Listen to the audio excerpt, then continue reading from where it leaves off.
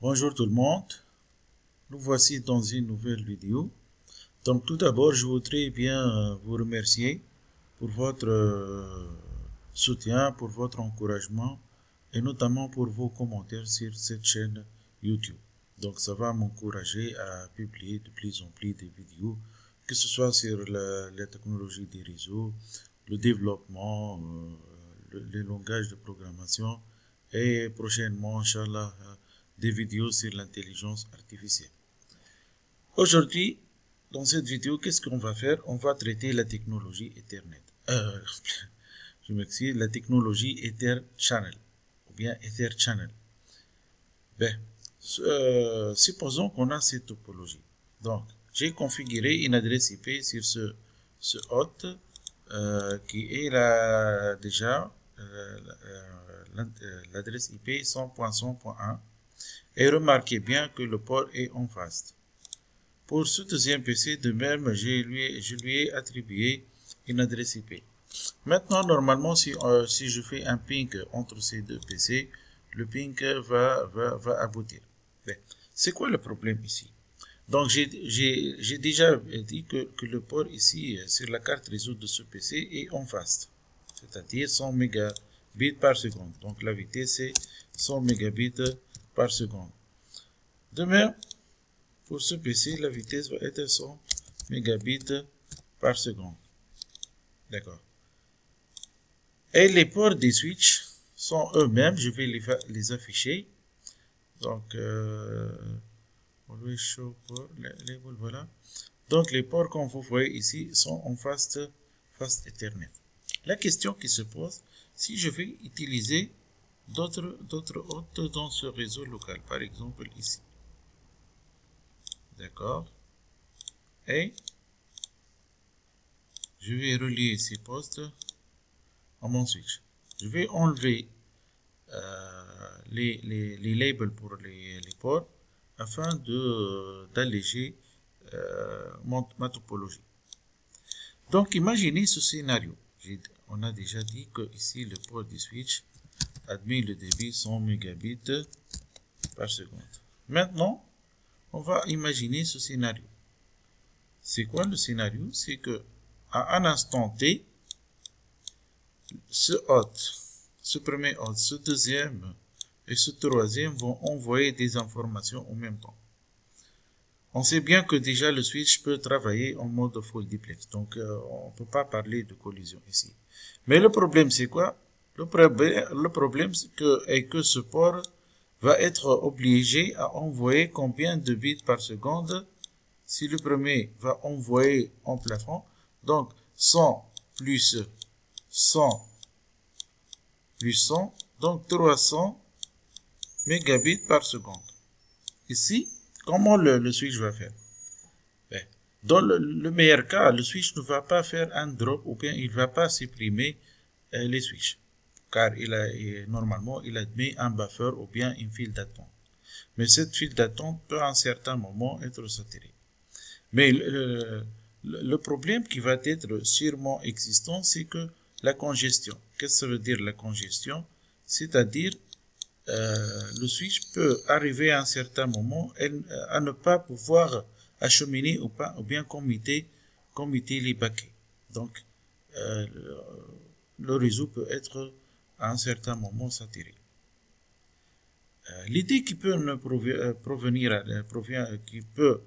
provenir à l'esprit, c'est d'augmenter le débit de ce port.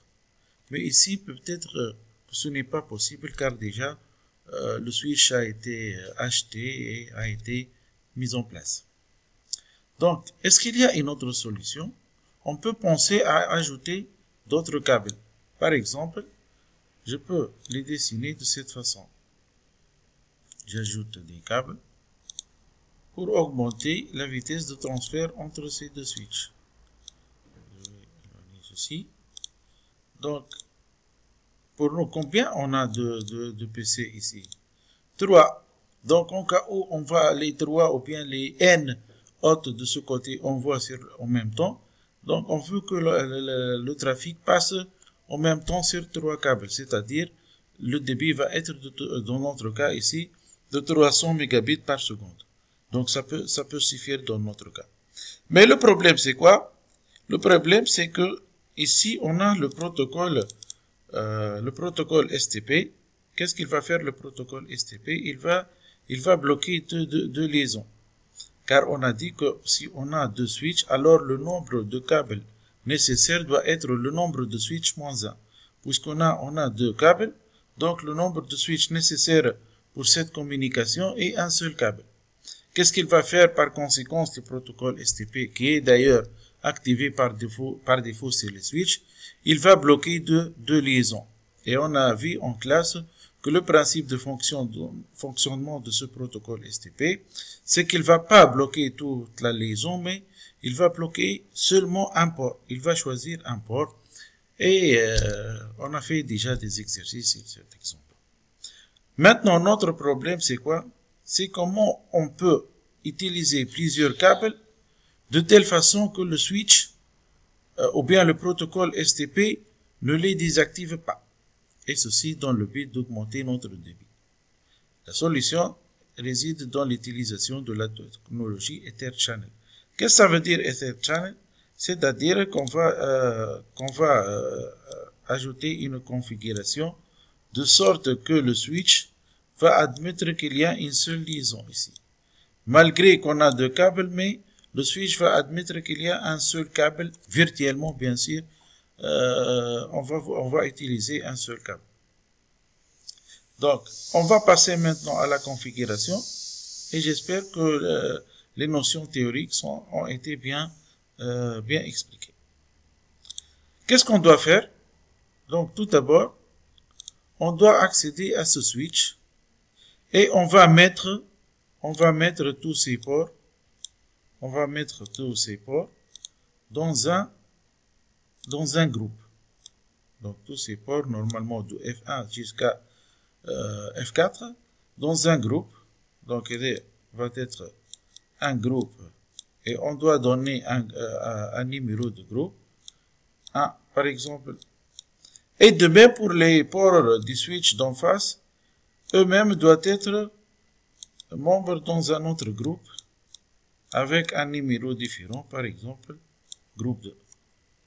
Tout simplement. Donc, le fait de mettre les ports d'un côté dans un groupe et les ports de l'autre côté dans un autre groupe, alors, de cette façon, on peut activer le protocole, on peut activer la technologie Ether Channel. On va donc passer à la configuration du switch. Donc, sur ce premier switch, qu'est-ce que je vais faire? Je vais entrer en mode configuration globale. Conft. Par la suite, qu'est-ce que je vais faire? Je vais écrire, donc, notre plage, c'est entre F01 jusqu'à F03. Donc, int range F0 sur 1, 3. Qu'est-ce que je vais faire maintenant? Je vais créer un channel group qui va porter le numéro 1 et le mode va être desirable. C'est quoi ce mode desirable? Je vous rappelle ici les modes qu'on a vu avec le protocole STP. Donc, on a dit que le mode desirable va envoyer des messages de négociation ou bien d'invitation vers les ports d'en face afin de les inciter à la basculation en mode trunk et dans notre cas en mode channel. Donc ici je vais mettre le mode desirable. Par contre dans l'autre côté je vais mettre le mode auto. Je peux mettre le mode désirable, mais je vais mettre le mode auto afin d'accepter l'invitation pour ne pas gaspiller la bande passante. Voilà. Je vais vérifier ma configuration avec un show IP int brief. Si vous remarquez ici, il y a une interface virtuelle qui a été créée. Le nom de cette interface c'est port channel 11. Elle est down, c'est-à-dire elle n'est pas active jusqu'à maintenant. Pourquoi à votre avis? Car je n'ai pas encore configuré l'autre bout. Et si vous remarquez bien ici, les ports sont encore, le STP est encore fonctionnel. Je passe à mon deuxième switch. J'entre en mode configuration globale. De la même façon, je vais utiliser la commande range F0 sur 1 jusqu'à 3, channel group. Je vais choisir un numéro différent du groupe du premier groupe, par exemple 2, et le mode va être auto, c'est-à-dire il va accepter les négociations sans les envoyer. Je passe maintenant à voir le résultat. Est-ce que c'est bon? Donc les ports, il y a quelque chose qui se passe maintenant. Il y a des négociations qui vont se passer.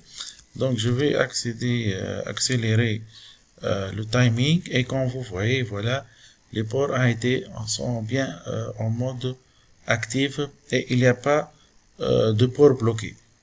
Je teste mon ping et voilà le ping. Normalement, il est fonctionnel comme vous voyez ici, je répète. Donc, il n'y a aucun problème et les informations sont envoyées en même temps sur ces trois liaisons. Ceci va m'engendrer un gain de débit. Je vais revenir un peu vers les modes de fonctionnement. Donc, comme vous voyez cette image, on a ici un protocole. C'est quoi ce protocole? Ce protocole est le protocole LACP. Donc, Link Aggregation Control Protocol. Donc, si un côté ou bien un groupe est en mode on, il faut que l'autre groupe soit configuré en mode on. C'est-à-dire, je dois écrire la commande switch port mode desirable. Au lieu d'écrire le mode desirable, je dois écrire comme ça, par exemple, mode on. Pour notre cas, qu'est-ce qu'on a fait? Qu'est-ce qu'on a fait?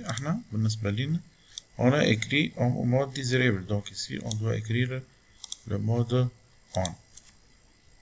Mais ceci va impliquer d'écrire sur l'autre côté du switch de même la même commande channel group de mode on. Donc, afin que le channel soit établi. Ben, parfois, je reviens par la suite à cette image. Donc, pour le protocole LACP, c'est un protocole propriétaire de Cisco. Il travaille, je m'excuse, le protocole PAGP. Donc, le protocole PAGP, c'est un protocole Cisco. Donc, il travaille avec ces mots-clés auto et desirable. Il y a deux mots-clés. Donc, auto avec auto, pas de négociation. Auto avec desirable, négociation établie. Auto avec on, non, on a dit déjà qu'il faut travailler. Si on fait le on, il faut la mettre dans les deux côtés. Et pour le desirable, donc la négociation va être établie. Il y a un autre protocole qui n'est pas propriétaire du Cisco, mais qui est standard. Donc ce protocole standard utilise deux modes, qui est un mode passif et un mode actif. Donc passif avec passif, pas de négociation. Passif avec actif, négociation. Passif avec on, non négociation. Et actif avec actif, négociation. Pour notre cas, j'ai travaillé avec un switch Cisco puisque je suis sous Packet Tracer. Donc la commande que j'ai utilisée, channel group 1 mode on, c'est-à-dire j'ai travaillé avec le protocole PAGP. Et si j'écris channel group 1 mode passif ou bien un mode actif, c'est que j'ai basculé ou bien je veux activer le protocole LACP qui est le standard. Donc celui-là est le protocole standard. Quant à celui-là est le protocole propriétaire de Cisco. Voilà, c'est tout simplement l'histoire de la technologie Ether Channel. Donc il suffit de l'activer sur les deux côtés et ça va fonctionner. Voilà, je vous remercie pour votre attention et à la prochaine vidéo.